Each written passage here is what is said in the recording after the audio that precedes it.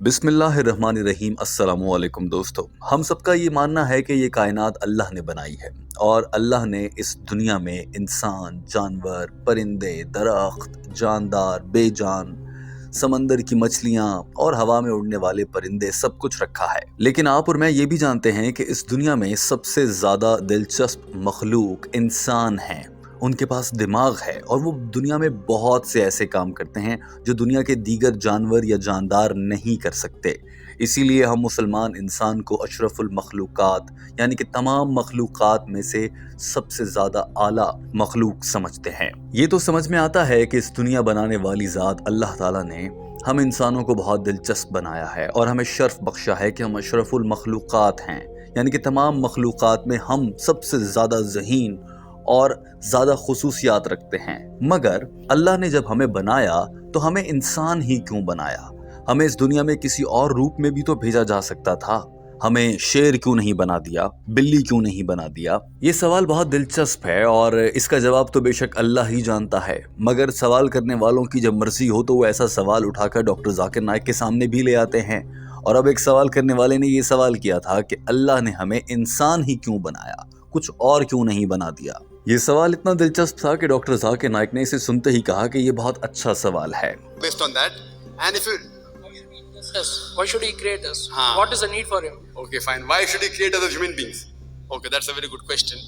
That why should he create us as human beings? Doctor Zakir Naik نے اس دلچسپ سوال کا جواب دینا شروع کیا اور سب سے پہلے کہا کہ میں قرآن پاک کی سورہ الاحزاب چیپٹر نمبر 33 آیت نمبر 72 سے کچھ حوالہ دینا چاہتا ہوں اور بتانا چاہتا ہوں۔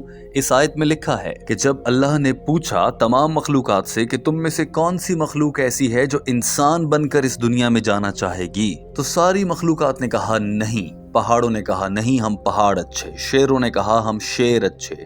کتے بلیوں نے کہا کہ ہم کتے بلیاں اچھے۔ لیکن انسان بہت بیوقوف تھے اور وہ بول پڑے کہ ہمیں انسان بن کے جانا ہے۔ اب جب انسان خود بیوقوف بنے اور انہوں نے کہا کہ ہمیں انسان بن کے جانا ہے تو اس لیے اللہ نے ہمیں انسان بنا کر بھیجا۔ اب دوستو یہاں پر سوال یہ پیدا ہوتا ہے کہ بطور انسان آپ بھی سوچ رہے ہوں گے، مجھے تو نہیں یاد پڑتا کہ مجھ سے کب پوچھا گیا پیدا ہونے سے پہلے کہ انسان پیدا ہونا ہے یا بلی کا بچہ پیدا ہونا ہے۔ ڈاکٹر ذاکر نائک نے اس کا بھی جواب دیا۔ ڈاکٹر ذاکر نائک نے واضح کرتے ہوئے بتایا کہ اللہ تعالیٰ نے جب مخلوقات سے یہ سوال کیا تھا کہ تم میں سے کون انسان بننا چاہتا ہے تو ساتھ میں یہ بتایا گیا تھا کہ سب سے بڑا فائدہ یہ ہوگا کہ ان انسانوں کے پاس یہ اختیار ہوگا کہ وہ ہر فیصلہ اپنی مرضی سے کر سکیں۔ اللہ کو ماننا ہے یا نہیں ماننا یہ بھی اپنی مرضی سے، نماز پڑھنی ہے یا نہیں پڑھنی یہ بھی اپنی مرضی سے فیصلہ کر سکتے ہیں، کب کیا کھانا ہے، کہاں جانا ہے، کس سے بات کرنی ہے، کس سے ملنا ہے، یہ سب فیصلہ انسان خود طے کر سکتا ہے۔ باقی مخلوقات یہ سب خود سے طے نہیں کر سکتی۔ یہاں تک کہ یہ اختیار فرشتوں کے پاس بھی نہیں کہ وہ جب چاہیں سو جائیں، جب چاہیں چل پڑیں، جب چاہا اللہ کی بات مان لی، جب چاہا انکار کر دیا، لیکن انسانوں کے پاس ہے۔ تو ہم انسانوں نے خود ہی کہا تھا کہ ہمیں انسان بننا ہے، اسی لیے ہمیں انسان بنایا گیا۔ Give a different angle to it. Because if you analyze, Allah says in the Quran that when Allah asks that who would like to be sent as a human being, the mountains and all they said no. But the human beings were fools who said no, we want to become human beings. Because the other creation, they don't have a free will of their own. Like angels, no free will, okay, they are good. But if you become a human being, you have a free will. If you have a free will and then if you obey Allah, then you become higher than the angels. If you have a free will and don't obey, then you fail. So we human beings were fool, including me, myself. We said, we want to get distinction, high marks. Doctor Zakir Naik نے کہا کہ ہم انسانوں نے خود طے کیا تھا کہ جب اللہ نے ہمیں یہ آپشن دیا کہ ہم میں سے کس نے انسان بننا ہے، یاد رکھو کہ انسان بن کے تمہیں آزادی ہوگی کہ جو جی چاہا وہ کر سکو گے۔ تو انسانوں نے بڑی خوشی سے کہا کہ ہاں ہم انسان بنیں گے، جبکہ قرآن کہتا ہے کہ تم بیوقوف تھے کہ تم نے یہ منتخب کیا۔ لیکن ڈاکٹر ذاکر نائک بھی یہی کہتے ہیں کہ میں بھی پاگل تھا، میرے شمول سب انسان پاگل تھے کہ انہوں نے کہا کہ ہاں ہم انسان بنیں گے، کیونکہ انسان بننے کا سب سے بڑا فائدہ یہ تو ہوا کہ ہمارے پاس عقل ہے اور ہم دنیا کے بہت سے کام کر سکتے ہیں جو دوسری مخلوقات نہیں کر سکتی۔ لیکن اب اس عقل اور اختیار کا جواب بھی دینا ہے اور یہی سب سے بھاری ذمہ داری ہے، یعنی کہ اگر اللہ نے ہمیں اختیار دیا ہے کہ ہم انسان کمپیوٹر کو استعمال کر سکتے ہیں اور ایک شیر یا بلی یا بکری کمپیوٹر استعمال کرنا نہیں جانتی، تو شیر، بلی یا بکری سے یہ حساب نہیں ہوگا کہ تم کمپیوٹر پہ بیٹھ کے سوشل میڈیا پر کیا دیکھتے رہے یا تم فحش مواد دیکھتے رہے یا کیا دیکھتے رہے۔ البتہ ہم انسانوں کے پاس یہ اختیار ہے